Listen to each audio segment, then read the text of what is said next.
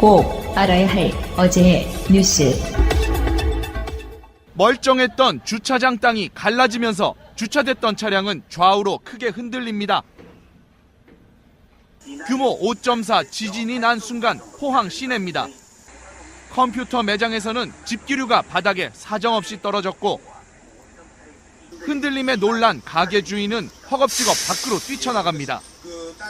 진앙 인근 아파트 외벽은 이미 갈라질 대로 갈라졌습니다. 그 아파트 흔들려가지고 뛰어나온 근거가 있더라. 지금 짐 싸놓고 나가려고 대기 중이에요. 불안해서. 네. 인근 초등학교 학생들은 모두 운동장으로 뛰쳐나왔습니다. 오늘 포항 시내는 말 그대로 아수라장이었습니다. 지진은 다른 지역에서도 강하게 감지됐습니다. 그 지진 났을 때부터 통화가 안 돼가지고 불안해 죽는 줄 알았어요, 진짜. 네, 경주 지진보다 더 큰 것 같아요. 포항에서 약 235km 떨어진 전북 군산의 한 가정집입니다. 어항물이 흘러넘칠 것 같이 크게 흔들렸고 서울에서도 일부 가정에서는 흔들림을 느낄 수 있었습니다. 오늘 전국에서 신고된 지진 관련 피해 신고는 오후 5시 기준 총 7,810건이었습니다. 소방방재청은 현재까지 접수된 인명피해는 경상자 10명이라고 밝혔습니다. 특히 포항에서는 할머니가 무너져 내리는 담벼락에 깔려 골절상을 입고 병원에서 치료 중입니다. 하지만 여진 상황 등을 고려하면 오늘 밤 늦게까지 피해 상황을 집계해야 합니다. 서울 노원구의 한 아파트 단지입니다. 아파트 외벽과 하늘을 찍고 있던 휴대폰 카메라 영상이 심하게 떨립니다. 포항에서 일어난 지진으로 서울까지 진동이 전해진 겁니다. 123층으로 국내 최고층 건물인 서울 잠실 롯데월드타워에서도 흔들림이 감지됐고 서울 광화문과 서대문구 등 도심 일대에서도 지진이 느껴졌습니다. 블라인드 혼자 흔들리고 있길래 뭐지 이러고 갔는데 바닥도 이렇게 흔들리는 거예요. 상이랑 같이. 꽃병을 비추는 CCTV가 위아래로 덜컥거리고 어항 속물이 좌우로 크게 흔들리기도 했습니다. 인천과 경기도 평택 등 수도권에서도 갑작스런 흔들림에 놀란 시민들의 제보가 이어졌습니다. 강아지도 짖고 아무도 안 하는데 짖고 있고 그래서 어항 보니까 그렇게 많이 흔들리고 있더라고요. 지진 발생 직후인 오후 3시 기준으로 서울 시내 전체에서 들어온 지진 신고 건수는 1,200여 건에 달했습니다. 동남아 순방을 마치고 귀국 중이던 문재인 대통령은 공군 1호기 안에서 첫 보고를 받았습니다. 지진 발생 15분 만인 오후 2시 44분 위성전화를 통한 국가위기관리센터장의 첫 보고가 공군 1호기로 날아들었고 문 대통령에게는 4분 뒤인 2시 48분에 전달됐습니다. 그로부터 10분 뒤 두 번째 보고도 이어졌습니다. 문 대통령은 즉각 긴급 회의 소집을 지시했고 청와대에 도착하자마자 오후 4시 반부터 1시간 15분 동안 회의를 주재했습니다. 회의에서 문 대통령은 원전을 비롯한 여러 산업시설에 대해 안전을 철저히 점검하라고 지시했습니다. 이어 경주 지진의 경험을 거론하며 철저한 상황관리를 강조했습니다. 현재 발생한 지진이 안정 범위 이내라고 해서 긴장을 풀지 말고 향후 상황을 철저히 관리할 것을 지시했고 문 대통령은 또 국민에게는 정부를 믿고 행동 요령에 따라줄 것을 당부했습니다. 존경하는 국민 여러분, 교육가족 여러분, 그리고 전국의 수험생 여러분, 내일은 2018학년도 대학 수학능력 시험을 보는 날입니다. 그런데 오늘 경북 포항에서 규모 5.4의 지진이 발생하여 상당한 피해가 보고되었고 이후에도 지속적인 여진이 발생하여 포항 지역의 많은 학생들과 시민들이 귀가하지 못하고 있는 상황으로 파악되고 있습니다.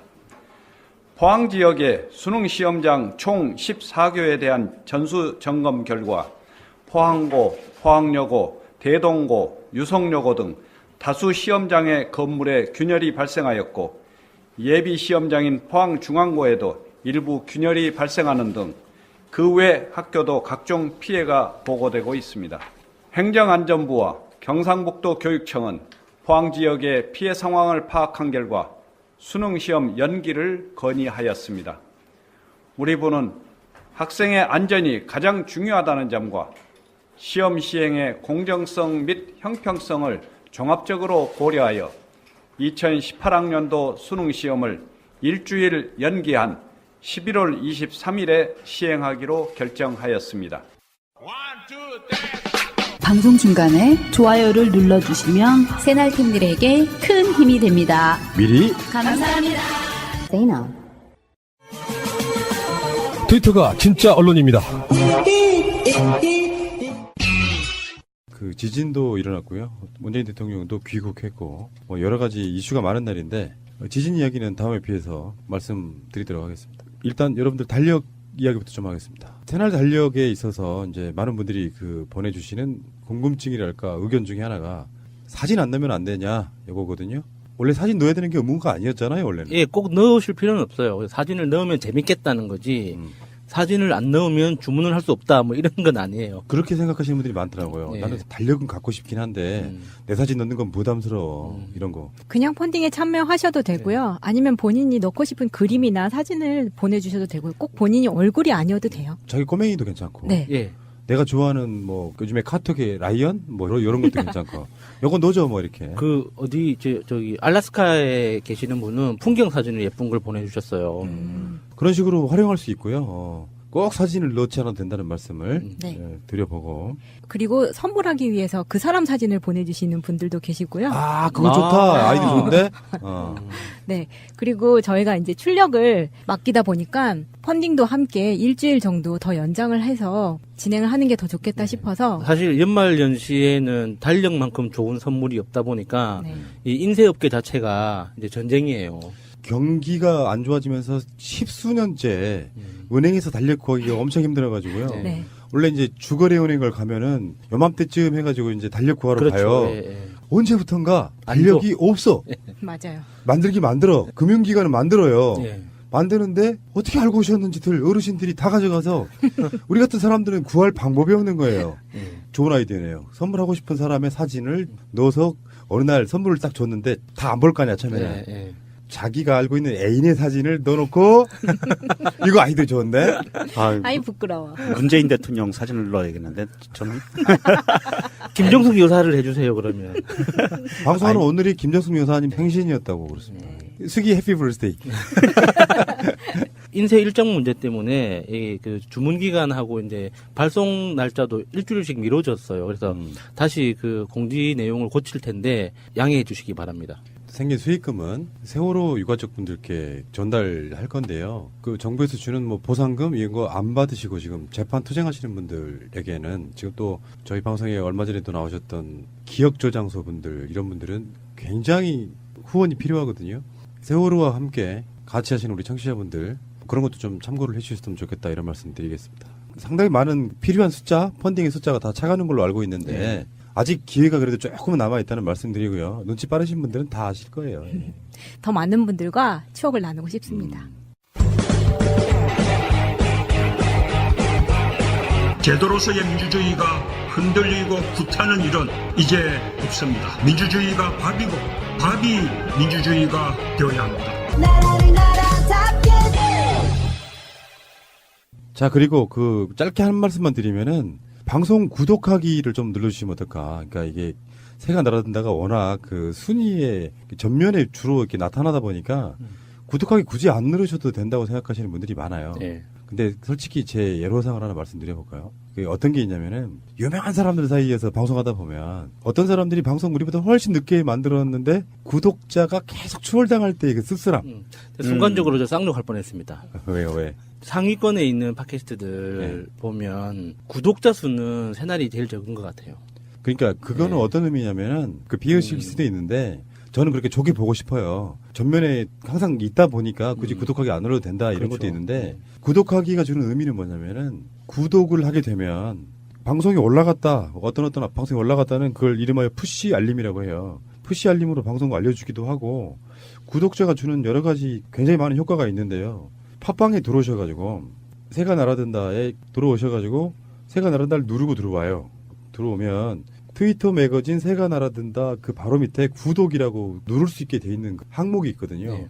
그것만 눌러주시면 돼요. 그러면 구독하기가 되는 거고 정말 유명하신 분들이 방송 만들잖아요. 그러면 한 3달 정도 지나면 우리를 앞질러요. 추월 당할 때 느끼는 씁쓸함이 구독하기가 상당히 정체가 되어 있다는 거 그런 말씀 꼭 한번 드려보고 싶고요. 구독자 수를 제외하고는요. 저희들이 지금까지 방송 전체에 대한 좋아요 숫자라든지 다음에 댓글 숫자라든지 뭐 여러분들도 아시겠지만 에피소드 숫자는 3개의 기록을 갖고 있습니다. 매일매일 써나가고 있죠. 그런 여러 가지 측면들이 있기 때문에 여러분들이 구독하기만 조금 보완을 해주시면 완벽한 방송이 아닐까. 알겠습니다. 여기까지. 자, 이번 에피소드의 제목부터 먼저 할게요. 고민 안 해요. 이건 고민 안 했어요. MB 왔냐? 대원도에서 와가지고 유난히 춥겠네. MB가 떠나니까 이란이 지진이 났다가 MB가 들어오니까 우리나라가 지진이 오, 그러네. 연병. 이 쥐새끼가 지진을 오고 다니네. 현직 전직이 대한민국에 들어온 날이기도 해요. 음지에 사악한 기운을 가진 마교 교주. 네, 마귀가 슬그머니 기어 들어오기도 했고 달에 영험한 빛을 가진 정의맹맹주. 문프가 이 땅에 입고 간 날이기도 해요. 그러니까 이제 이런 거지. 이명박이 지진의 기운을 몰고 와서 우리 문 대통령이 그것을 이제 잡으러 온 거예요. 우리 무협지 하나 써도 되겠는데요. 네. 그런데 이명박 들어온다고 하니까 이제 굉장히 많은 기자들이 나갔을 거 아니에요. 기자들이 이제 밥값하고 있죠. 이명박 따라다니면서 이제 질문하는 거. 이틀 동안 욕 진짜 직살나게 처먹었죠. 네. 질문하지 말한다고 진짜 질문을 안 해. 아, 그니까. 네. 프레시 터트리지 말란다고 프레시 안 터트려. 언제부터 이렇게 착했지 우리나라 기자들이?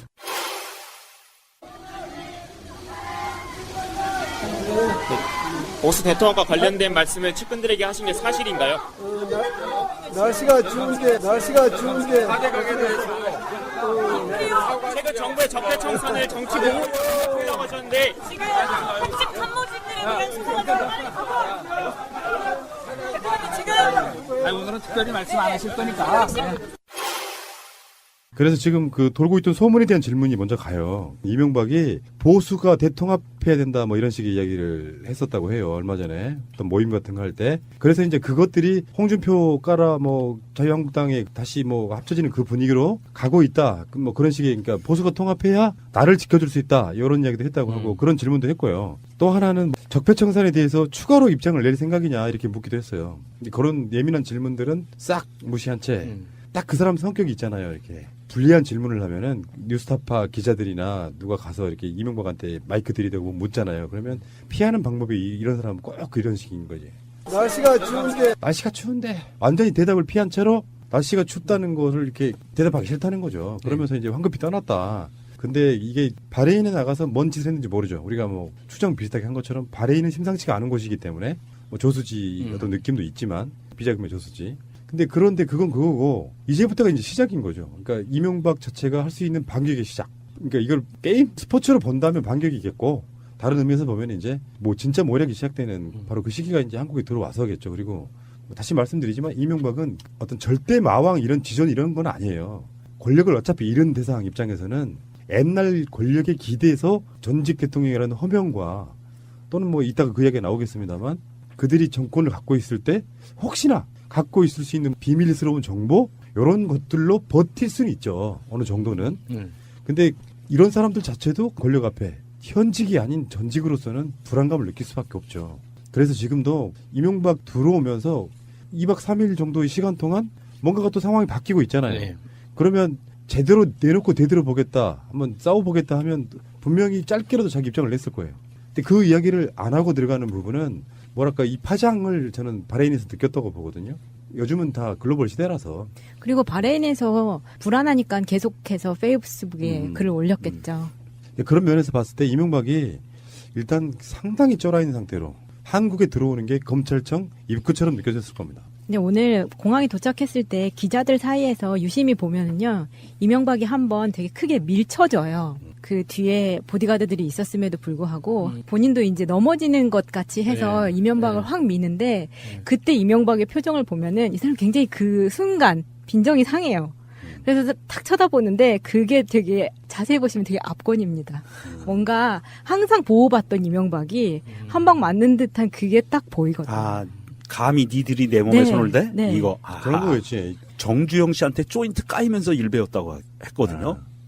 그 정도 까이면서 정경이 뭐 시퍼렇게 멍들면서 일을 배웠었는데 미리 침정도 당했다고 뭐 그렇게 빈정이 상하거나. 사람은 항상 어떤 상황에 놓이고 자기가 쪼인다는 거를 느끼기 시작하면은 화들짝 놀랄 수밖에 없어요. 그러니까 항상 긴장해 있고 쫄아 있다는 것 자체가 그런 식으로 전 표현된다고 보거든요. 엄청나게 좋아. 한국에 들어오니까 막 우리 이니 대통령처럼 막 환영 인파가 나와 있고 좀 밀쳐주면 어때? 행복한 비명이지. 근데 잔뜩 쫄아 있는 입장에서 그런 식으로 자기를 홀대한다고 느끼면은 굉장히 짜증이 나죠. 나 전직이야 임마 이런 느낌 아니야 지금. 지금 그리고 바레인에서도 고위공직자들 대상으로 강연을 한 거거든요. 근데 거기에서 너무 뻔뻔하게 거짓말을 되게 많이 하고 왔어요. 또 자기는 어렸을 때 굉장히 힘들게 공부를 했고 컸기 때문에 그때 모았던 그리고 지금의 나의 재산을 모두 장학재단에 모두 출연했습니다. 이렇게 얘기를 하고 왔어요. 예라이 자기 빚을 장학재단으로 출연했잖아. 아니, 그러니까 다스가 누구 건지 확실히 이게 대답만 하면 되는데 왜 그 뻘소리를 하고 다니는지 몰라요. 이 사위 환원하신 분이잖아. 사위 환원. 사위환원. 그리고 내가 살아오면서 체득한 사고와 행동의 이치와 도리이자 내가 이끈 정부의 국정 철학은 실용주의라고 이야기를 했죠. 굉장히 실용적이죠. 자기 자신한테만. 네, 근데 이런 이야기를 바레인 가서 왜 했는지 모르겠어요. 실용주의라고 얘가 얘기한 거는 돈 버는 거다. 오로지 모든 목표는. 그런데 저는 궁금한 게 바레인에서 저는 이게 주체를 누가 한 거예요? 주관하고 주체를? 잘 모르죠. 그건 나왔잖아요. 전문에 보면은 계속해서 문화부 장관이 초청을 해서 왔다, 고맙다 이런 말을 거듭합니다. 좀 그런 게 바레인 이런 나라에서 정부 차원에서 이명박을 초청한 건 아닌 것 같고 그 막후에 이명박을 스폰해주는 누군가가 돈을 대고 이거는 이름만 빌린 거라고 봐요. 그래서 강연 오면 강연료를 줘야 되잖아요.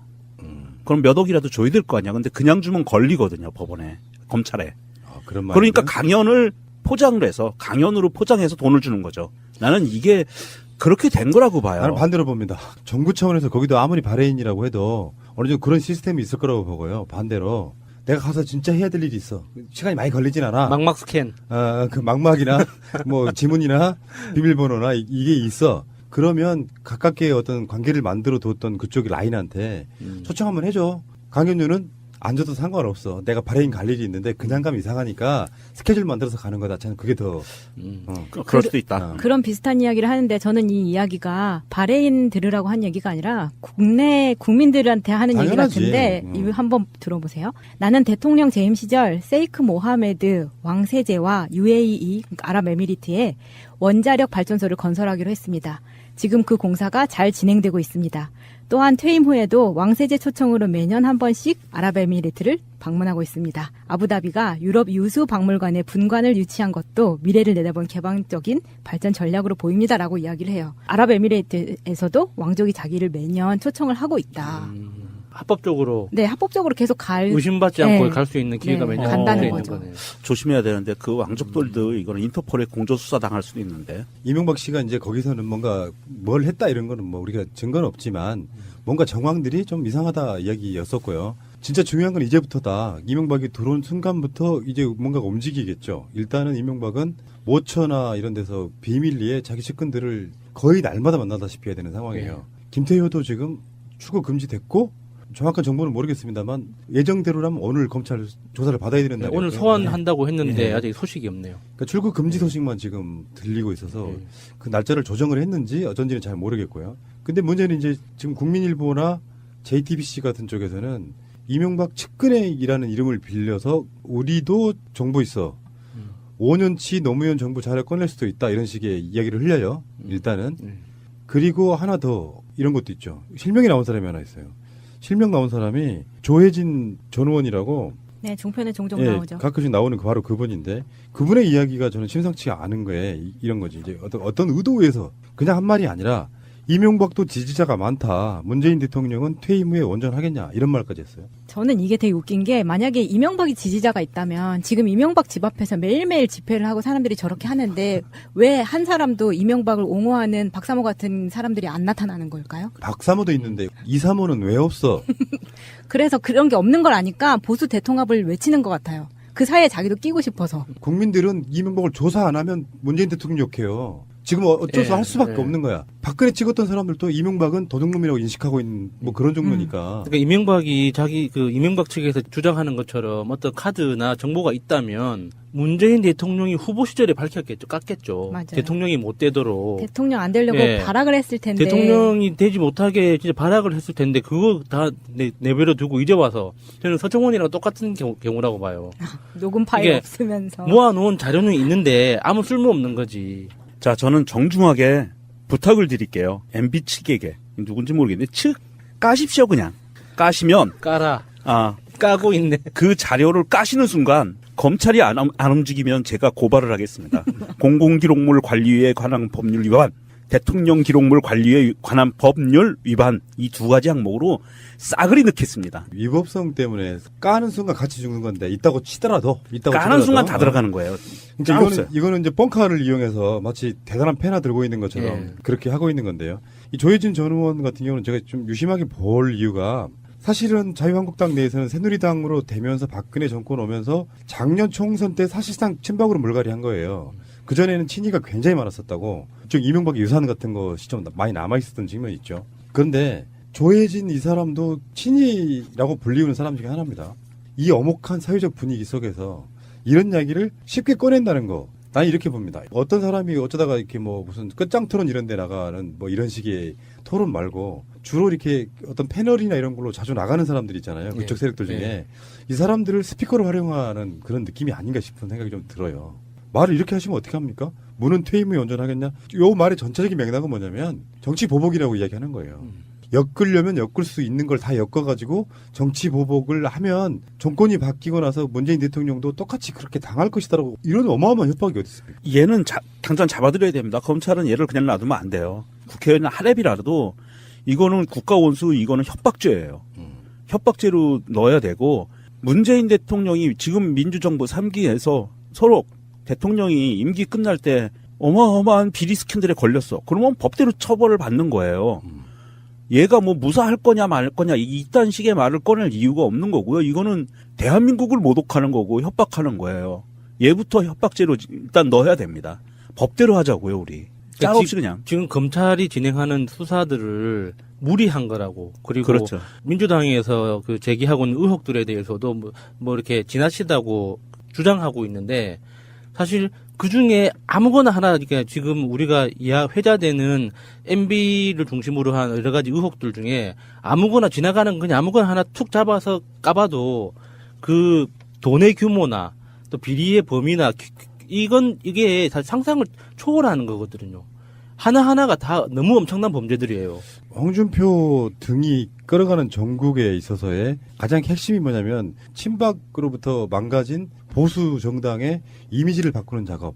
이게 사실 국민적 지지율을 올리기 위해서는 가장 중요한데 그것은 2순위다. 진짜 1순위는 보수가 단합하는 거다. 여기 이명박 통해서 나올 수밖에 없는 거예요. 왜 다당제의 개념도 그런 거지만 꼭 어떤 세력이 보수와 진보로 두 개로 나뉠 필요는 없잖아요. 보수 중에서도 수구 보수, 조금 더 건강한 보수 있을 수 있는 것처럼. 근데 보수가 일치단결하자 그 속에 이명박이 웃고 있는 거야. 그 말씀을 드리니까 홍준표가 이재호를 만났다는 그게 왜 그런지 이해가 되네요. 이름도 아름다운 늘 푸른 한국당의 대표죠. 이재호 전 의원. 이재호 전 의원하고 홍준표하고 그 최근에 만났다고 하더라고요. 만났죠. 예, 그래서 그게 왜지? 현역 의원도 아닌데 이렇게 머리수 채우는데 필요하지도 않고 왜 만났을까라고 생각했는데 이제 이명박을 통해서 들여다보니까 이해가 되네요. 그러니까 이명박을 사실은 지키기 위해서 그 명분으로 정당을 만들었던 거죠. 공천에서 탈락하고 나서 이재호가. 그래서 뭐 어떻게든지 긁어 모아서 정당으로서의 세력도 세력이지만 그렇게 모아지면 실망하고 있던 보수의 오래된 지지자들이 우리한테 힘을 모아줄 거야라고 하는 그 분위기일 텐데 아까 말한 그 마차님이 말했던 그 논쟁이 있잖아요. 왜 이명박한테는 지지자가 없나. 예. 그 논쟁이 이미 언론상에서 시작됐는데 예를 들면 정두원 원래 친이었던 정두원이 그 이야기를 가장 먼저 꺼냈습니다. 네. 이명박 대통령한테는 박근혜 전 대통령처럼 지지자가 없다. 그러니까 이제 아까 그 조혜진 의원이 그런 식으로 이렇게 말한 거거든요. 왜 없냐. 뭐 우리도 있는데 이명박 전 대통령 지지자들은 점잖으신 분들이고 숨어 있어가지고 밖으로 안 드러날 뿐이지 종류가 다른 거다. 뭐 이런 식으로 이렇게. 그게 이명박은 지지자가 없을 수밖에 없는 게 이명박은 지 혼자 처먹으니까.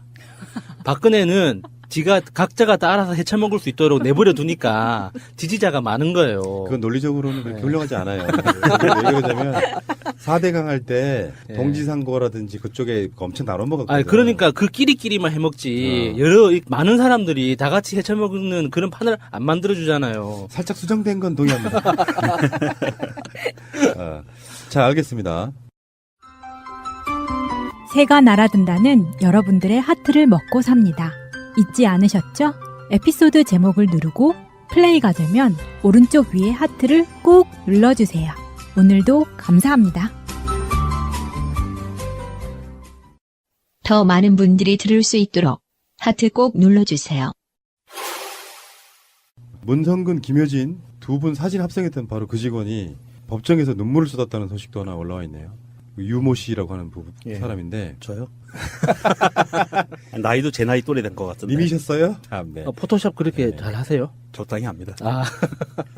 이게 사실 이게 아주 말단에 속하는 건데, 이게 이 사람 유모 씨, 그 위에 민병주, 그 위에 원세훈, 그 위에 이명박 이렇게 올라가는 게 있잖아요. 그거보다 더 궁금한 사람이 가이드를 줬다는 심리학자.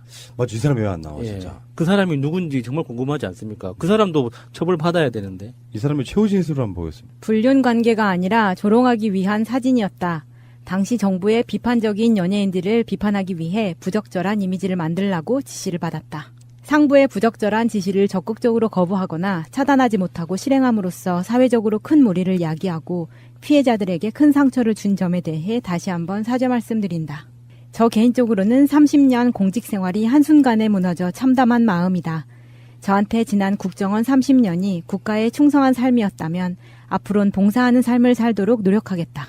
얘 아직 덜 후회하고 덜 반성하는 거예요. 지난 30년간이 국가에 충성한 게 아니에요. 지난 20년간은 국가에 충성했지만 10년간은 정권에 충성한 거예요. 얘 아직도 덜 정신 차렸어요. 공무원들도 불법적인 걸 사실 하고 싶어 하지는 않을 거라고 봐요. 그걸 적극적으로 거부하느냐 시행하느냐의 차이가 있겠지. 근데 이명박은 자기 정권 유지를 위해서 또는 자기의 개인의 욕심, 사리사욕을 위해서 공무원들이 이렇게 한 이 사람의 인생을 망가뜨려 놓은 거거든요. 예를 들어서 생각해 보세요. 국정원 다니는 직원이었어. 그래서 아름아름 가족과 친척들한테는 굉장히 좋은 직장에 다니는 자랑스러운 아빠였을 거란 말이야. 이 사람이 고작 한다는 게 야한 합성사진 만드는 작업을 했단 말이에요. 부끄럽잖아요. 이 사람은 지금 국정원 생활하다가 사실은 결말이 일배가 돼버린 거거든. 이런 면에서 이명박이 쳐 죽이려면 말을 하고 싶은 거예요. 뭐 최근에 북한군도 이렇게 내려오는 사건도 있었지만 전방에서 싸우다가 부상을 당한다거나 목숨을 잃으면 명예라도 남잖아요. 군인들. 고작 한다는 게 사이버사 군인들하고 국정원 직원들이라는 게 이런 짓거리 하다가 재판받게 만드는 이 이명박은 법으로 단죄를 못하면은 저는 천벌받아 죽을 거라고 봅니다. 문성근, 김효진 씨가 받았던 마음의 상처 이건 뭐 당연한 거고 이런 식으로 국민들 흔히 말하면 이명박 입장에서 보면 개돼지들 다 망가뜨려 놓는 거예요. 불법성을 저지르는 그러면서 이 새끼는 법망을 이용해서 요리조리 빠져나가고 지금 아직까지는 바레인에서 들어왔어요. 앞으로 어떻게 될지 모르겠지만 이명박 우리 방송도 그렇게 합시다. 이명박 앞으로 구속돼서 최종 대법원에서 종신형에 해당하는 형이 나올 때까지 주 타겟은 이명박으로 저는 했으면 좋겠어요. 이명박 지키겠다고 지금 자유한국당이 일부가 좀 움직이고 있지만 전체적으로는 시큰둥한 분위기. 자, 근데 이명박 아들 이시영 이야기를 좀 할게요. 그때 김무성 사위 마약 사건이 있어가지고 거기에 제3의 인물 뭐 이렇게 누구누구 있었다 그러고 SNS에 보면은 김무성 사위하고 이명박 아들하고 같이 올리는 뭐 이런 거 사진도 나오고 그러잖아요. 근데 그것에 대해서 추정 60분 KBS 그리고 고영태, 박헌영 이런 사람들이 그 이야기를 했어요. 이명박 아들도 뭐 그래서 이 사람이 모발과 소변을 검사를 했대요. 음성으로 나왔지. 며칠 전에요. 그래서 KBS 제작진하고 고영태, 박헌영 이런 사람들 명예훼손으로 이제 고소하는 사태가 벌어졌는데 이건 또 코미디입니다. 마약을 했다 안 했다 이런 것보다 물론 마약은 그 모발이라든지 이래서 꽤 오랜 시간 동안 남아 있는 건 사실이긴 한데 한참 후에 없앨 거 다 없애고 일단 시간이 너무 많이 지났고 그걸 빌미 삼아서 고소하는 것도 저는 원당치 않다고 보거든요. 아니 근데 이시영이 머리가 굉장히 짧아요. 스타일 자체가. 그리고 이 사건이 KBS에서 추정 60분을 찍었던 게 지난 7월이거든요. 그러면 제작이라던가 이런 거는 촬영은 더 일찍 했었겠죠.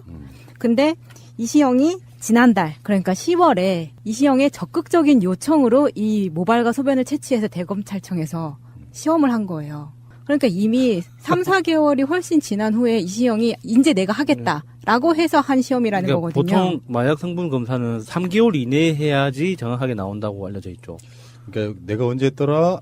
기한 지났구나. 이런 걸 수도 있고요. 한 3달 꾹 참았다가 지금 한 거죠. 근데 문제는 그 JTBC 보도 보면 그런 게 나왔잖아요. 그 다스 관련해 갖고 막 회사들을 막 몇백억짜리를 막 100만 원에 사고 막 이렇게 나오잖아요. 그러니까 그렇게 사회적 공격이 막 쏟아지니까 거기에 대한 일종의 어떤 다른 인증 같은 거죠. 봐, 니들이 할 말 거짓말이잖아를 요 사건을 통해 가지고 한번 어떤 반등의 기회로 삼아 볼 수 있는 거예요. 계속 국민적 의심도 가고 다스는 이명박계 아니면 이시영한테 그렇게 갈 수가 없다 뭐 이런 식의 사회적으로 계속해서 수세에 몰려있는 상황에서 이것만큼은 내가 혐의 없음으로 이렇게 사회적으로 자기가 이렇게 반격하는 가장 첫 번째 사건인 거죠, 이게. 검찰도 난감했을 거예요. 그런데 이 사건이 벌어진 것은 2014년 11월입니다. 정확히 3년 전이에요. 만 3년 전. 만 3년 전에 벌어진 일이고요. 사람들의 평균 모발이 머리카락이 자라는 속도가 월 1.3cm 정도 자라요. 그러면 36개월 동안 자랐으면 단발머리가 되거든요. 잘랐겠죠. 그리고 머리카락에 모발에 이 마약 성분이 포함이 되는 건 맞는데요. 그게 그냥 스며드는 게 아니고 나무의 나이테처럼 만들어져요. 매일매일 자라는 속도가 있잖아요. 거기에 오늘 마약했어라고 그리고 고기 찍히고 내일 안 하면 내일은 안 찍혀요. 이렇게 쭉 그리고 순서대로. 제가 알고 있기에 모발에 안 나타나는 마약도 많다요. 그런데 이게 왜 1년 넘게 기다렸는지 추론을 해보면 음모 때문에 그럴 수도 있어요. 음모? 예, 음모는 자라는 속도가 굉장히 느리잖아요. 그래서 순진하게 머리털만 음모는 굉장히 오랫동안 남아있기 때문에 음모를 통해서 이렇게 성분 분석을 하는 경우가 많거든요. 야수님, 거기는 그냥 브라질 왁싱하면 한 번 해결돼요. 그러니까 그런 경우가 있었어요. 그러니까 여배우들 마약 사건 때 왁싱하고 염색까지 해버리면 완전히 화학 성분은 없애버릴 수 있다고 그렇죠. 알려져 있거든요. 브라질리아는 왁싱하면 완전히 없어지니까. 야수님 의혹 제기가 상당히 그 사타구니스러운. 어쨌건 이게 이시영이 마약을 안 했다는 증명은 좀 사실상 힘들다 이렇게 보는 게 맞을 것 같고 왜 이 시점에서 요 느낌이 좀 훨씬 더 강해요. 그러니까 그때 하지. 여기다 하나 플러스 추가를 하자면 반격이란 게 뭐냐면 어떤 근거 없이 의혹 제기하면 죽는 수가 있다 해서 언론 약간 잠재우는 효과가 있어요. 그렇죠. 그러니까 지금 뭐 다스 문제라든지 등등이 있어갖고. 근데 여기에서 지금 박헌영하고 고영태를 고소를 했잖아요. 근데 약간 여기서 고영태 씨는 좀 억울해요. 왜 그러냐면 박헌영이 트위터에다가 과거에 고영태 씨 왈 하면서 이시영이 이제 마약을 했다라는 말을 들었다라고 쓴 건데 이걸 보고 이시영은 박헌영과 고영태를 둘 다 고소를 한 거거든요. 사실 고영태는 트위터를 하지 않았어요. 박헌영 말은 고영태가 그렇게 얘기했다라고 들었다. 네, 들었다. 그럼 고영태 씨는 거의 무죄 나오겠는데? 나 그런 적 없다 그러면은 뭐 그거는 끝나는 거고. 그래서 지금 이 이시영의 최근 이 마약의 결과에 대해서 음성이 나왔다는 거를 발표된 후에 박헌영이 다시 트위터에다 이렇게 씁니다. 벤 존슨도 검사에서 금메달 다시 주자고 하지 왜.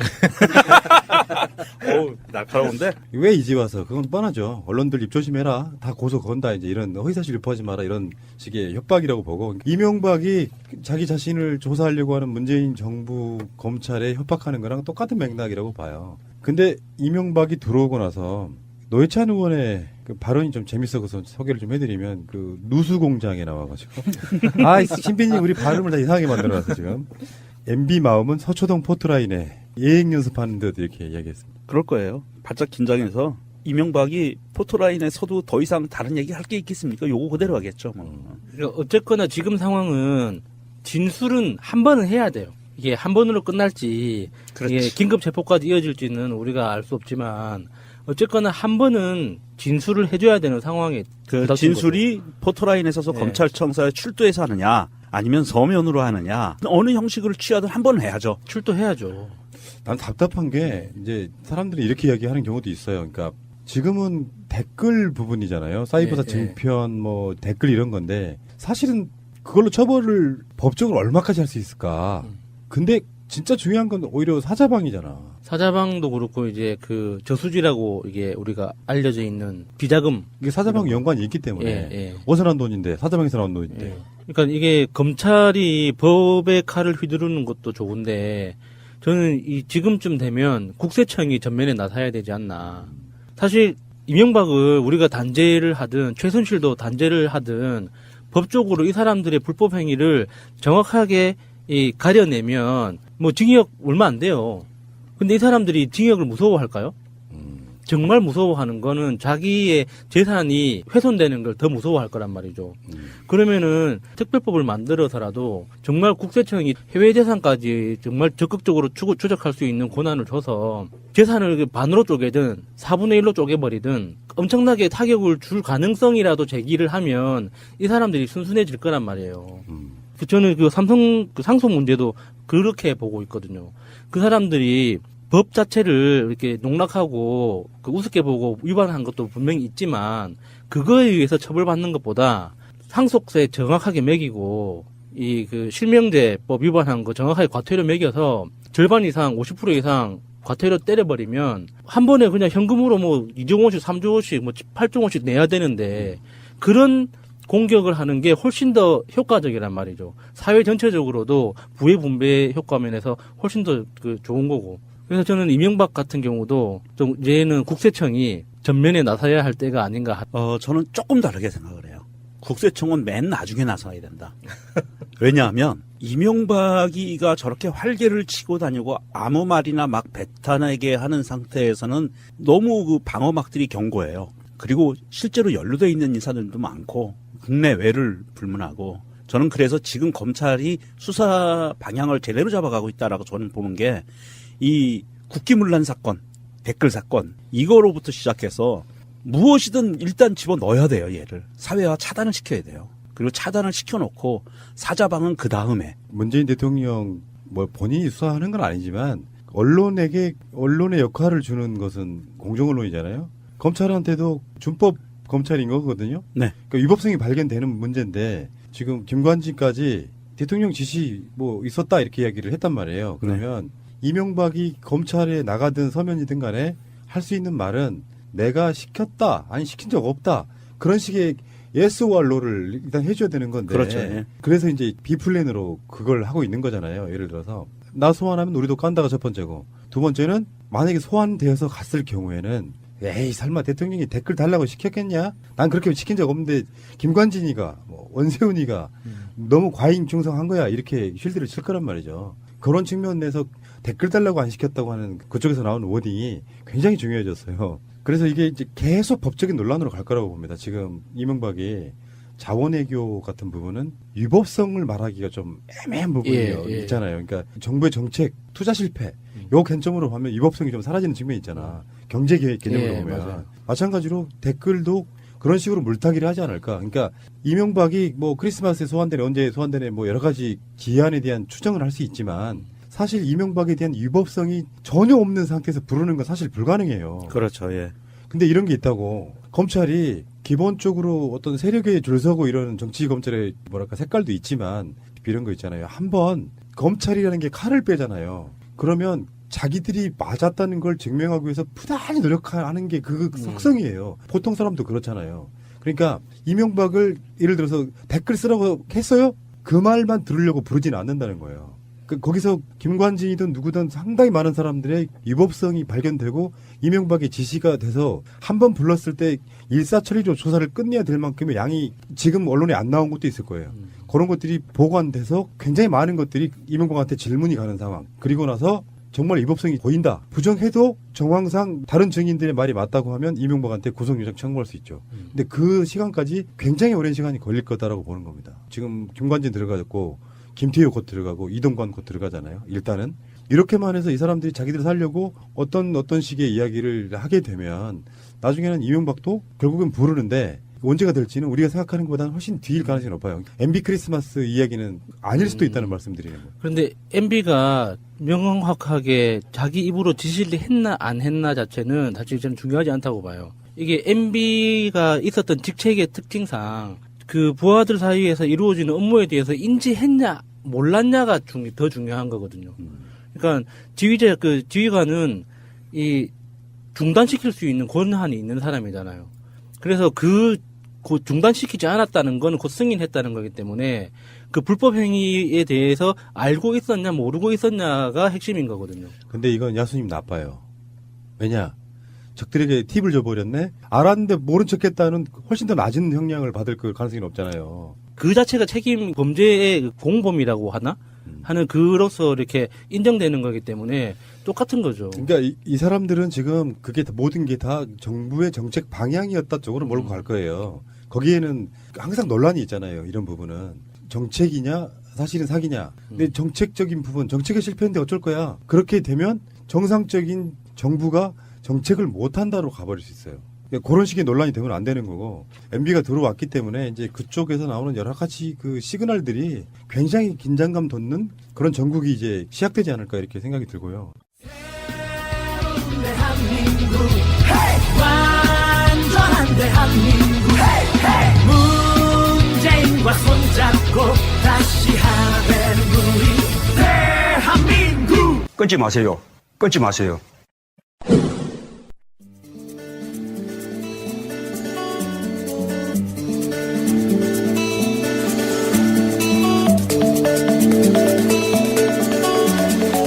자, 제가 오늘 드릴 이야기는 라이벌이라고 말씀을 드렸는데 교실이 대화가 나왔을 때 굉장히 충격적이었잖아요. 그렇죠.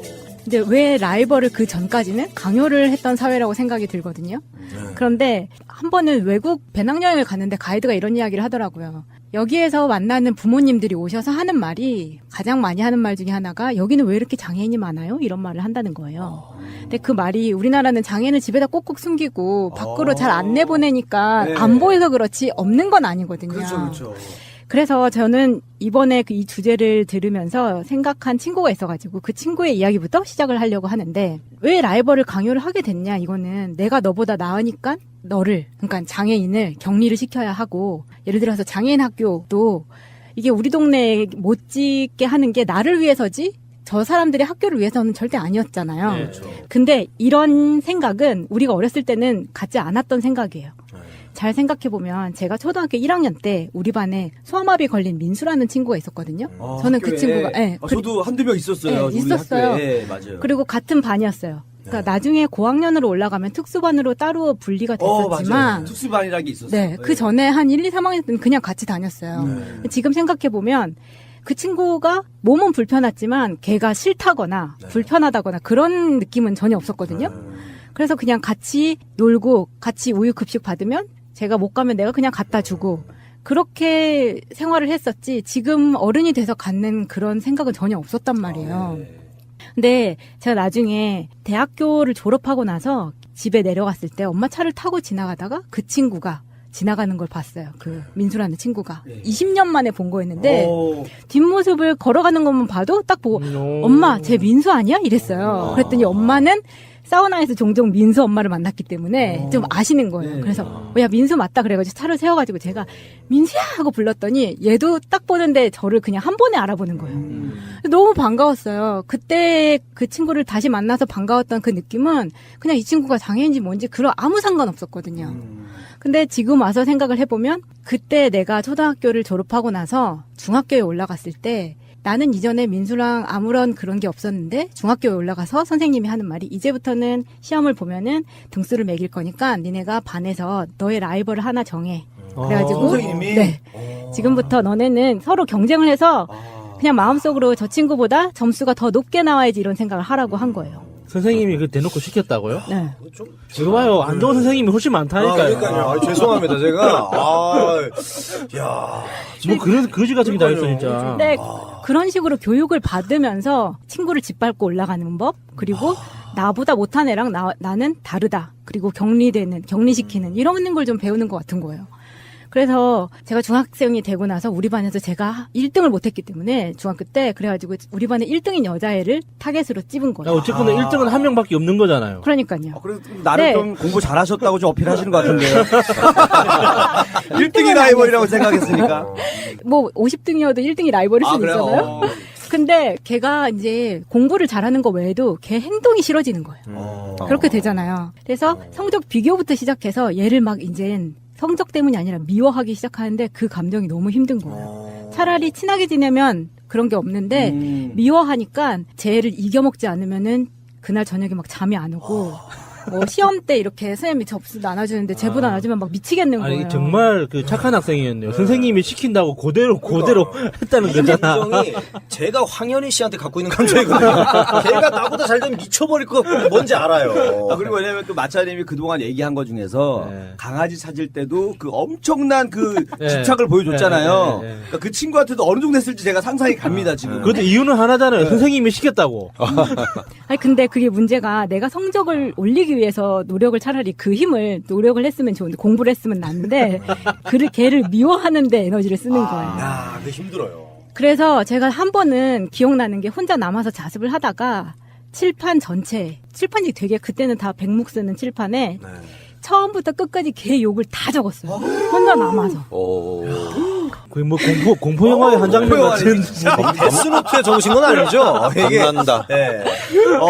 제가 황현희 씨 욕을 카페에 적은 적은 있거든요. 카페에 얘는 정말 쓰레기 같은 놈이고 익명으로 했는데 뭐 누가 보면 어쩌려고 그렇게 적으셨어요. 근데 그걸 한 번 다 적고 나니까 그냥 제 마음이 풀리면서 아 그냥 얘를 별거 아닌데 내가 너무 신경 쓰는 건가 하면서 좀 정리가 되더라고요. 뭔가 이게 배설을 하고 나니까 내 화가 좀 나아진 것 같아요. 심리치료. 네, 심리치료 스스로 스스로 그 돌파구를 찾았던 것 같아요. 욕을 안 하실 분 같은데 어떤 표현을 쓰셨나요? 뭐 강아지 들어가고 숫자 들어가고 뭐 그런 거 다 섞어서 쓰신 거죠? 네, 그렇죠. 네.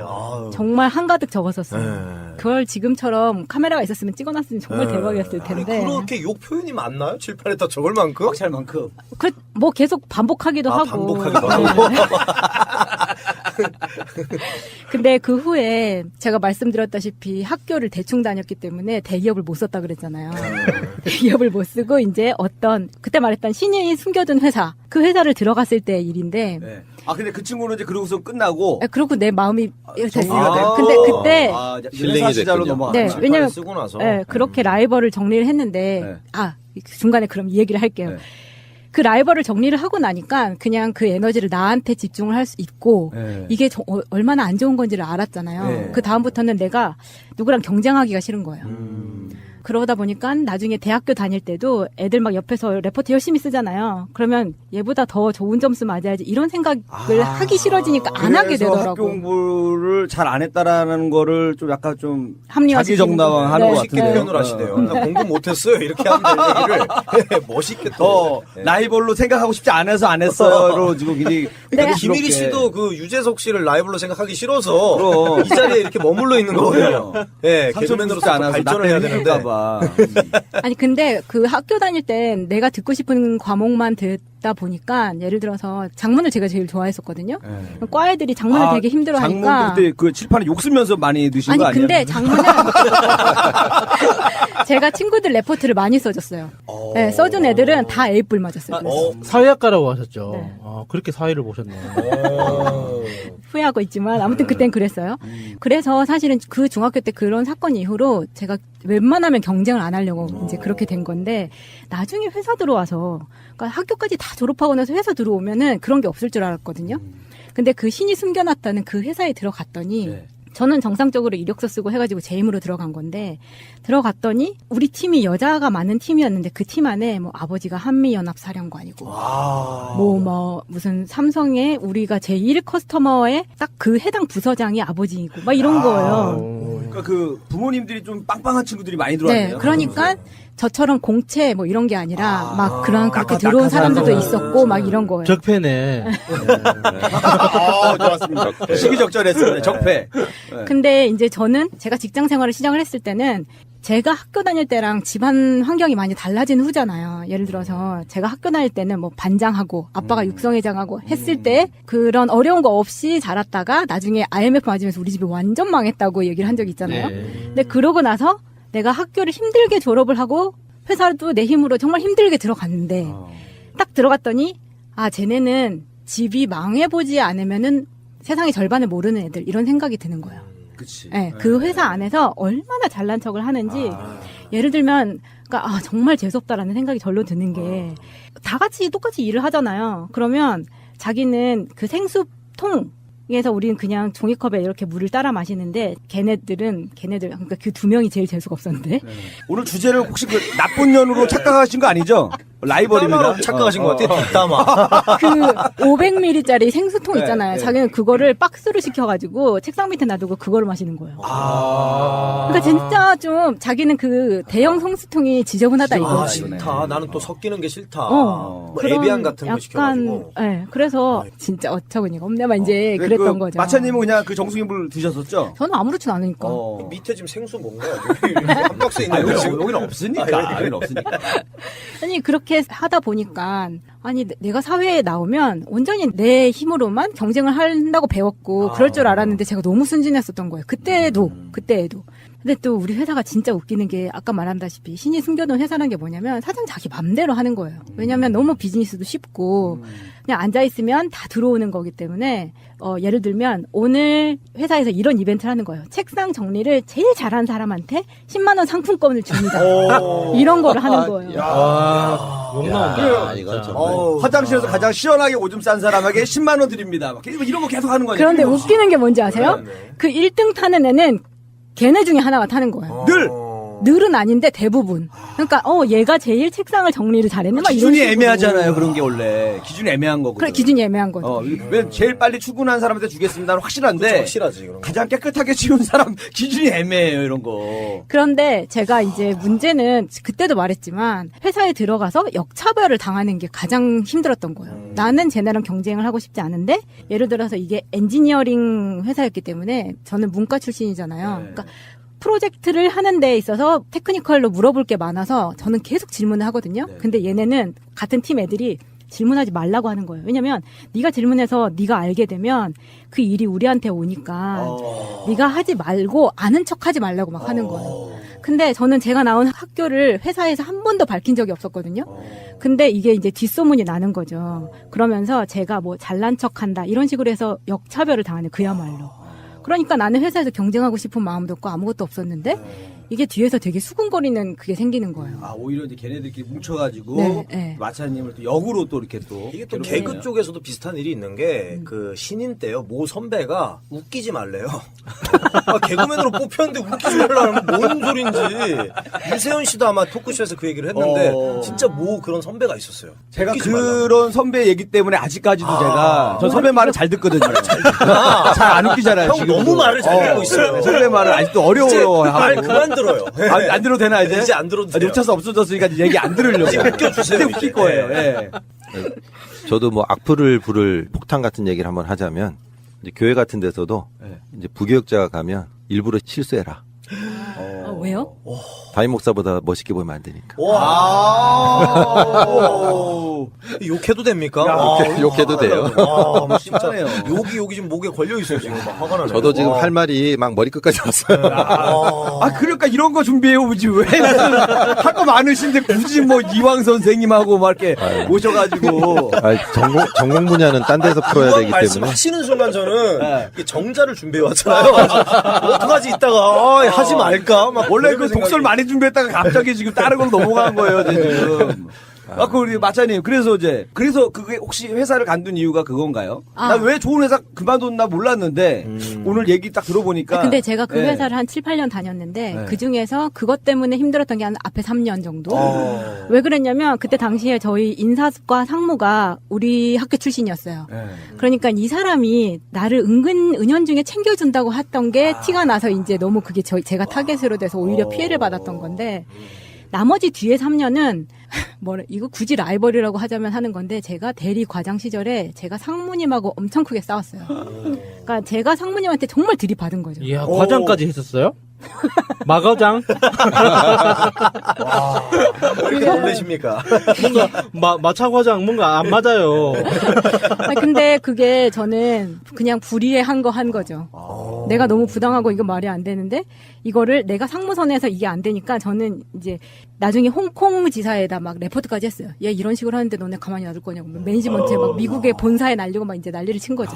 나중에는 그것 때문에 굉장히 힘들어서 그렇게 회사를 그만두긴 했는데. 그러니까 이제 상무님을 상대로 싸운다는 게 쉽지가 않잖아요. 그래서 그 상무님은 제가 그래서 보내버렸어요. 보냈어요? 네, 나중에 완전히 한직으로 완전히 퇴출당했어요. 이명박도 그렇게 해주세요. 내가 봤을 때는 우리 마차님 마차님이 이명박 대통령 시절에 청와대에 있었으면 아마 그때 날아갔었을 것 같아요. 이런 분 밑에 있었으면. 일이 쉬우면은 회사에서 안에서 사람들끼리 괴롭히는 거예요.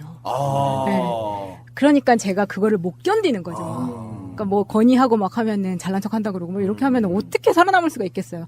근데 그런 회사가 왜 문제가 되냐면 우리나라에 처음 진출할 때 처음에는 그냥 뭐 사후관리 서비스 정도로만 진출했다가 나중에 이제 한국 지사로 들어오면서 회사가 커지잖아요. 그러면 기존에 있던 사람들을 내보낼 수는 없고 그 직급이 올라가게 되는데 그중에 제가 가장 앙심을 가지고 있었던 사람 중에 하나가 매니지먼트 중에 한 명이 어떤 사람이었냐면 저희 말씀드렸다시피 우리는 테크닉 그러니까 회사의 제품의 안전성을 테스트하는 거기 때문에 테크닉적으로 알아야 되는 그런 회사였는데 매니지먼트급의 기왕 좀 기술적으로 해주세요. 테크닉 하면 좀 오해할 여지가 있기 때문에 네, 기술적으로 하는데 이 사람이 모 대학교 태권도 학과를 나온 사람인 거예요.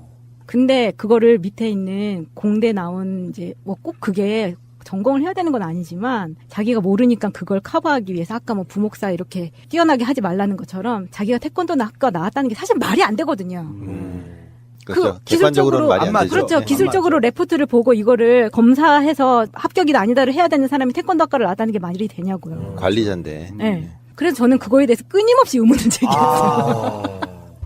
강력하네. 그러니까 예를 들어서 그 국정원장도 전공자가 아닌데 왜 그런 사람 갖다 놨냐. 아니 근데 뭐 이런 거랑 똑같은 거잖아요. 태권도 학과 나왔어도 이거를 자기가 습득을 해서 공부를 해서 잘 할 수 하면은 할 수 있는데 네. 그거를 자기가 하지 않고 꼬투리 잡아서 계속해서 다른 쪽으로 공격을 하면 이 사람이 아니라는 거를 알아야 할 거 아니에요. 근데 자기가 일찍 회사를 들어왔다는 이유만으로 밑에 후배들 못 올라가게 다 밟으면서 그렇게 하는 거는 부당하다고 생각을 했기 때문에 그렇게 됐던 거였고 근데 이런 일들이 정말 비일비재하고 사회에서는 딱히 라이벌이라고 할 수 없지만 뭔가 적폐 같은 거잖아요. 그래서 오늘 생각이 나서 주제에 함께 이야기를 해봤습니다. 사실 대학과하고 그거는 상관이 없는 경우가 많더라고요. 그 경제학과 교수님이 주식으로 돈 다 말아먹고, 예, 그 북한학과 교수님이 맨날 북한 욕하고 뭐 그러더라고요.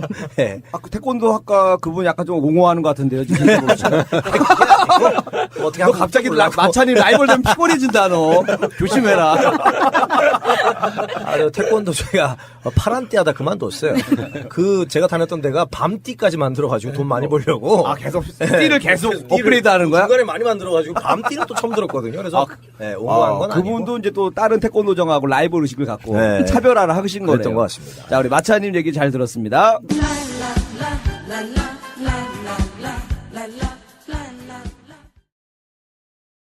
이제 뭔가가 움직이겠죠. 일단은 이명박은 모처나 이런 데서 비밀리에 자기 측근들을 거의 날마다 만나다시피 해야 되는 상황이에요. 김태효도 지금 출국 금지됐고 정확한 정보는 모르겠습니다만 예정대로라면 오늘 검찰 조사를 받아야 되는 날이에요. 오늘 소환한다고 했는데 아직 소식이 없네요. 그러니까 출국 금지 소식만 지금 들리고 있어서 그 날짜를 조정을 했는지 어쩐지는 잘 모르겠고요. 근데 문제는 이제 지금 국민일보나 JTBC 같은 쪽에서는 이명박 측근의 이라는 이름을 빌려서 우리도 정보 있어.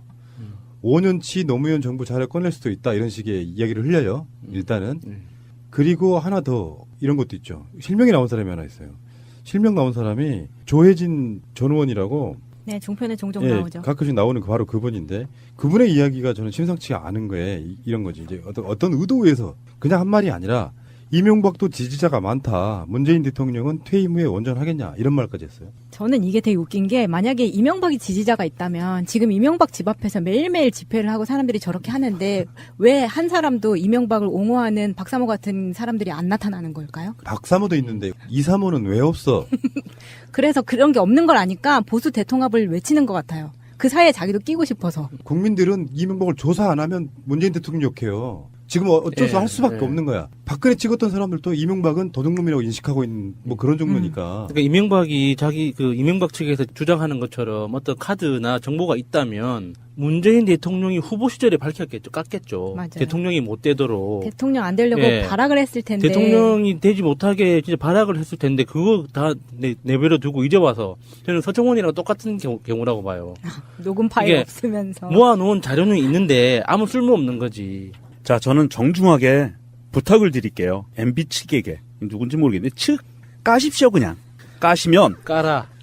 까고 있네. 그 자료를 까시는 순간, 검찰이 안 움직이면 제가 고발을 하겠습니다. 공공기록물 관리에 관한 법률 위반. 대통령 기록물 관리에 관한 법률 위반 이 두 가지 항목으로 싸그리 넣겠습니다. 위법성 때문에 까는 순간 같이 죽는 건데 있다고 치더라도 까는 순간 다 들어가는 거예요. 그러니까 이거는 이제 뻥카를 이용해서 마치 대단한 펜 하나 들고 있는 것처럼 그렇게 하고 있는 건데요. 이 조혜진 전 의원 같은 경우는 제가 좀 유심하게 볼 이유가 사실은 자유한국당 내에서는 새누리당으로 되면서 박근혜 정권 오면서 작년 총선 때 사실상 친박으로 물갈이한 거예요. 그전에는 친이가 굉장히 많았었다고. 즉 이명박의 유산 같은 것이 좀 많이 남아있었던 측면이 있죠. 그런데 조혜진 이 사람도 친이라고 불리우는 사람 중에 하나입니다. 이 엄혹한 사회적 분위기 속에서 이런 이야기를 쉽게 꺼낸다는 거. 난 이렇게 봅니다. 어떤 사람이 어쩌다가 이렇게 뭐 무슨 끝장 토론 이런 데 나가는 뭐 이런 식의 토론 말고 주로 이렇게 어떤 패널이나 이런 걸로 자주 나가는 사람들 있잖아요. 그쪽 세력들 중에. 이 사람들을 스피커로 활용하는 그런 느낌이 아닌가 싶은 생각이 좀 들어요. 말을 이렇게 하시면 어떻게 합니까? 문은 퇴임 후에 온전하겠냐? 요 말의 전체적인 맥락은 뭐냐면 정치 보복이라고 이야기하는 거예요. 엮으려면 엮을 수 있는 걸 다 엮어가지고 정치 보복을 하면 정권이 바뀌고 나서 문재인 대통령도 똑같이 그렇게 당할 것이다라고 이런 어마어마한 협박이 어디 있습니까? 얘는 당장 잡아들여야 됩니다. 검찰은 얘를 그냥 놔두면 안 돼요. 국회의원 하랩이라도 이거는 국가원수 이거는 협박죄예요. 협박죄로 넣어야 되고 문재인 대통령이 지금 민주정부 3기에서 서로 대통령이 임기 끝날 때 어마어마한 비리 스캔들에 걸렸어. 그러면 법대로 처벌을 받는 거예요. 얘가 뭐 무사할 거냐 말 거냐 이딴 식의 말을 꺼낼 이유가 없는 거고요. 이거는 대한민국을 모독하는 거고 협박하는 거예요. 얘부터 협박죄로 일단 넣어야 됩니다. 법대로 하자고요, 우리. 짤 없이 그냥. 지금 검찰이 진행하는 수사들을 무리한 거라고. 그리고 그렇죠. 민주당에서 그 제기하고 있는 의혹들에 대해서도 뭐 이렇게 지나치다고 주장하고 있는데 사실 그 중에 아무거나 하나, 그러니까 지금 우리가 회자되는 MB를 중심으로 한 여러 가지 의혹들 중에 아무거나 지나가는 그냥 아무거나 하나 툭 잡아서 까봐도 그 돈의 규모나 또 비리의 범위나 이게 사실 상상을 초월하는 거거든요. 하나하나가 다 너무 엄청난 범죄들이에요. 홍준표 등이 끌어가는 전국에 있어서의 가장 핵심이 뭐냐면 친박으로부터 망가진 보수 정당의 꼭 알아야 할 어제의 뉴스. 멀쩡했던 주차장 땅이 갈라지면서 주차됐던 차량은 좌우로 크게 흔들립니다. 규모 5.4 지진이 난 순간 포항 시내입니다. 컴퓨터 매장에서는 집기류가 바닥에 사정없이 떨어졌고 흔들림에 놀란 가게 주인은 허겁지겁 밖으로 뛰쳐나갑니다. 진앙 인근 아파트 외벽은 이미 갈라질 대로 갈라졌습니다. 그 아파트 흔들려가지고 뛰어나온 큰가 있더라. 지금 짐 싸놓고 나가려고 대기 중이에요. 불안해서? 네. 인근 초등학교 학생들은 모두 운동장으로 뛰쳐나왔습니다. 오늘 포항 시내는 말 그대로 아수라장이었습니다. 지진은 다른 지역에서도 강하게 감지됐습니다. 그 지진 났을 때부터 통화가 안 돼가지고 불안해 죽는 줄 알았어요, 진짜. 경주 지진보다 더 큰 것 같아요. 포항에서 약 235km 떨어진 전북 군산의 한 가정집입니다. 어항물이 흘러넘칠 것 같이 크게 흔들렸고 서울에서도 일부 가정에서는 흔들림을 느낄 수 있었습니다. 오늘 전국에서 신고된 지진 관련 피해 신고는 오후 5시 기준 총 7,810건이었습니다. 소방방재청은 현재까지 접수된 인명피해는 경상자 10명이라고 밝혔습니다. 특히 포항에서는 할머니가 무너져 내리는 담벼락에 깔려 골절상을 입고 병원에서 치료 중입니다. 하지만 여진 상황 등을 고려하면 오늘 밤 늦게까지 피해 상황을 집계해야 합니다. 서울 노원구의 한 아파트 단지입니다. 아파트 외벽과 하늘을 찍고 있던 휴대폰 카메라 영상이 심하게 떨립니다. 포항에서 일어난 지진으로 서울까지 진동이 전해진 겁니다. 123층으로 국내 최고층 건물인 서울 잠실 롯데월드타워에서도 흔들림이 감지됐고 서울 광화문과 서대문구 등 도심 일대에서도 지진이 느껴졌습니다. 블라인드 혼자 흔들리고 있길래 뭐지 이러고 봤는데 바닥도 이렇게 흔들리는 거예요. 상이랑 같이. 꽃병을 비추는 CCTV가 위아래로 덜컥거리고 어항 속물이 좌우로 크게 흔들리기도 했습니다.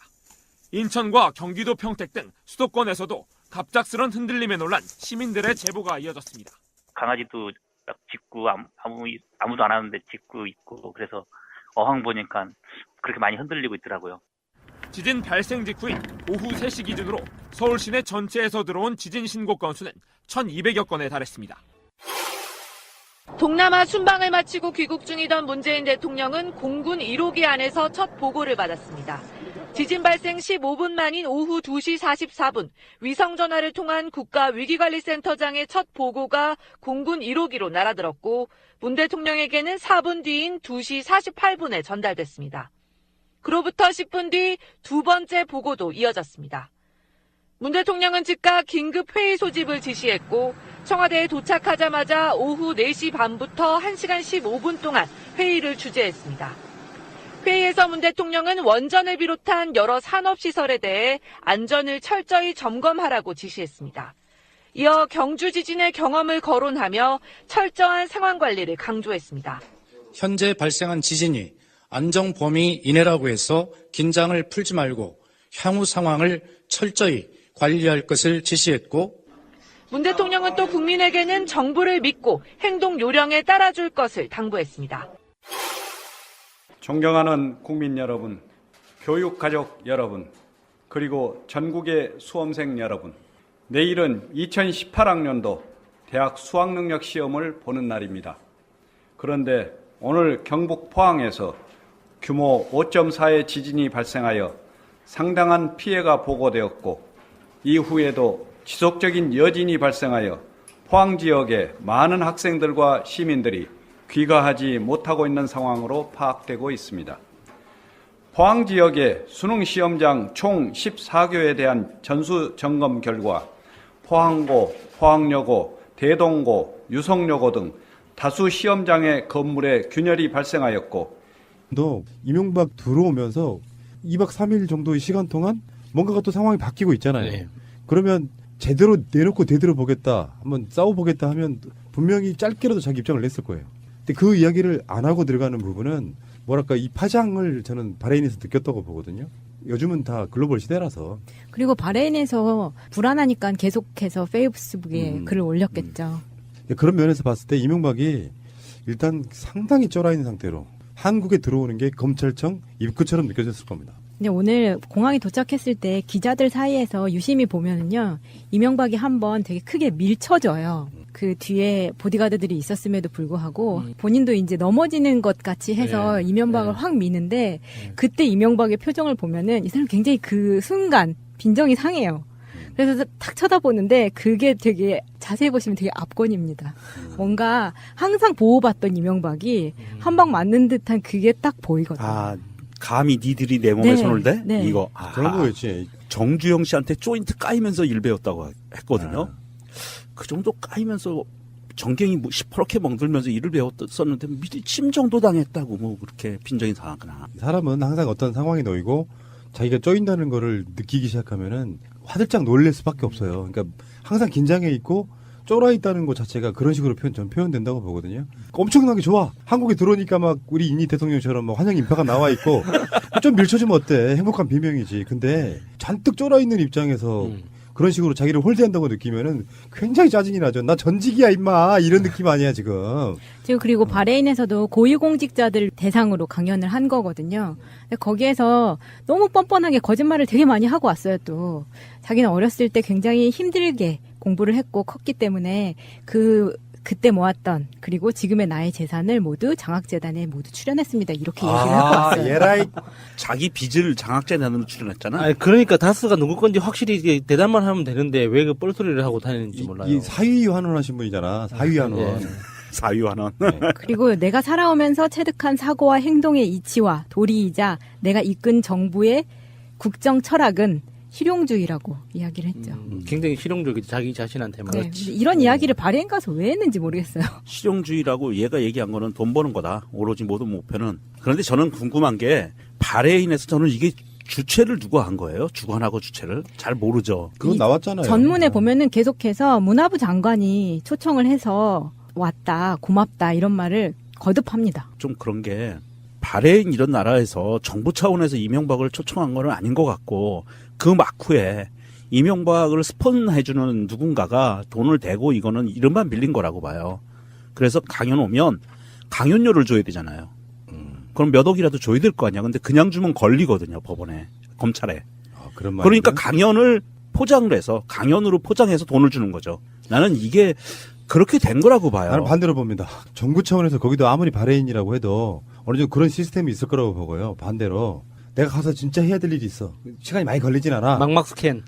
그 막막이나 뭐 지문이나 비밀번호나 이게 있어. 그러면 가깝게 어떤 관계를 만들어 뒀던 그쪽 라인한테 초청 한번 해줘. 강연료는 안 줘도 상관없어. 내가 발해인 갈 일이 있는데 그냥 가면 이상하니까 스케줄 만들어서 가는 거다. 저는 그게 더 그럴 수도 있다. 그런 비슷한 이야기를 하는데 저는 이 이야기가 발해인 들으라고 한 얘기가 아니라 국내 국민들한테 하는 얘기 당연하지. 같은데 이거 한번 들어보세요. 나는 대통령 재임 시절 세이크 모하메드 왕세제와 UAE 아랍에미리트에 원자력 발전소를 건설하기로 했습니다.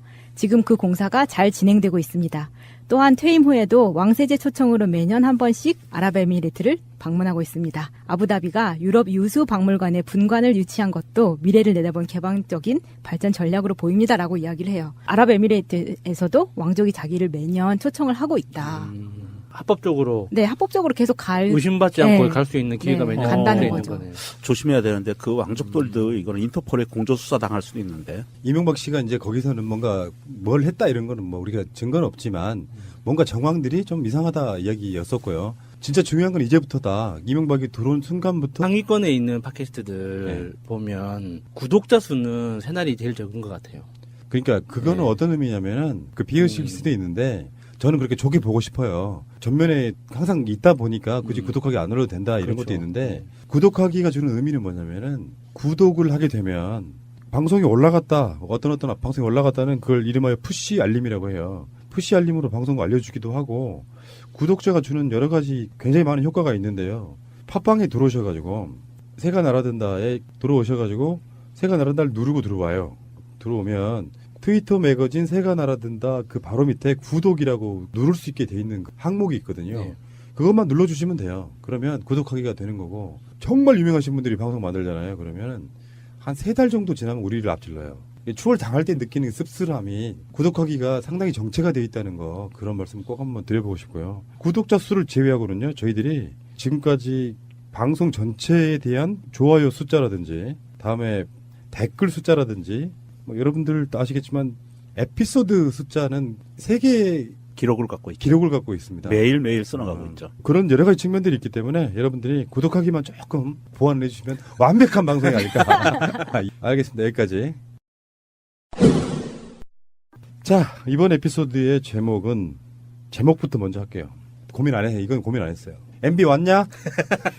대원도에서 와가지고 유난히 춥겠네. MB가 떠나니까 이란이 지진이 났다가 MB가 들어오니까 우리나라가 지진이 오, 그러네.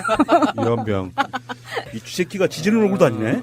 현직 전직이 대한민국에 들어온 날이기도 해요. 음지에 사악한 기운을 가진 마교 교주. 네, 마귀가 슬그머니 기어 들어오기도 했고 달에 영험한 빛을 가진 정의맹맹주 문프가 이 땅에 입고 간 날이기도 해요.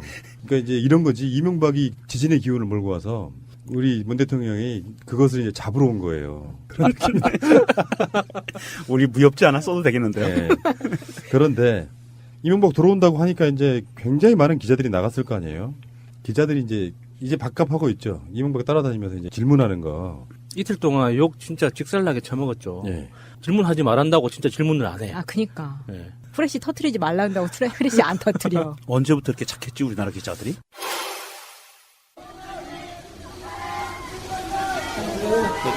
보수 대통령과 관련된 말씀을 측근들에게 하신 게 사실인가요? 날씨가 추운데 최근 정부의 적폐청산을 정치 공격이라고 하셨는데 지금 핵심 참모진들에 대한 수사가 지금 오늘은 특별히 말씀 안 하실 거니까.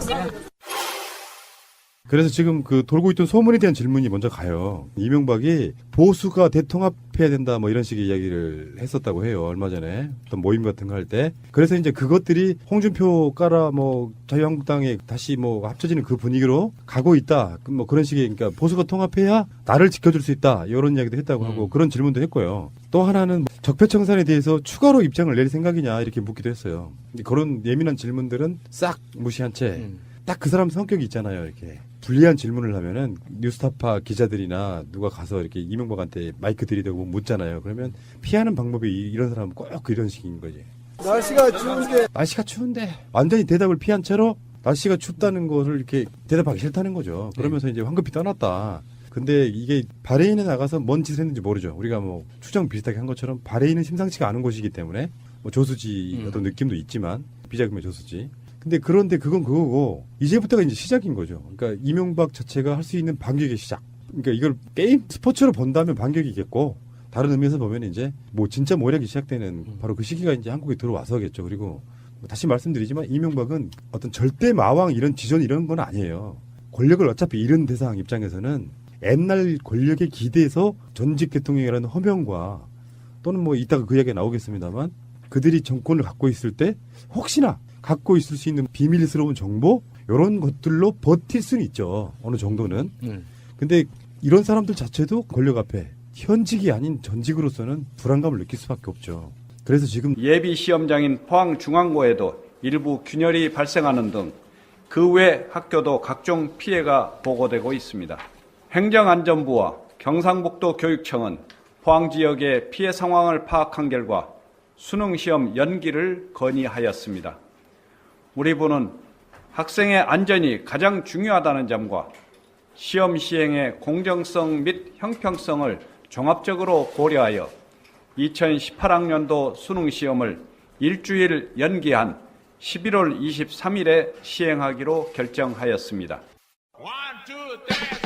방송 중간에 좋아요를 눌러주시면 새날팀들에게 큰 힘이 됩니다. 미리 감사합니다. 세이나. 트위터가 진짜 언론입니다. 그 지진도 일어났고요. 문재인 대통령도 귀국했고 뭐 여러 가지 이슈가 많은 날인데 지진 이야기는 다음에 비해서 말씀드리도록 하겠습니다. 일단 여러분들 달력 이야기부터 좀 하겠습니다. 새날 달력에 있어서 이제 많은 분들이 그 보내주시는 궁금증이랄까 의견 중에 하나가 사진 안 넣으면 안 되냐 이거거든요. 원래 사진 넣어야 되는 게 의무가 아니었잖아요, 원래는. 예, 꼭 넣으실 필요는 없어요. 사진을 넣으면 재밌겠다는 거지.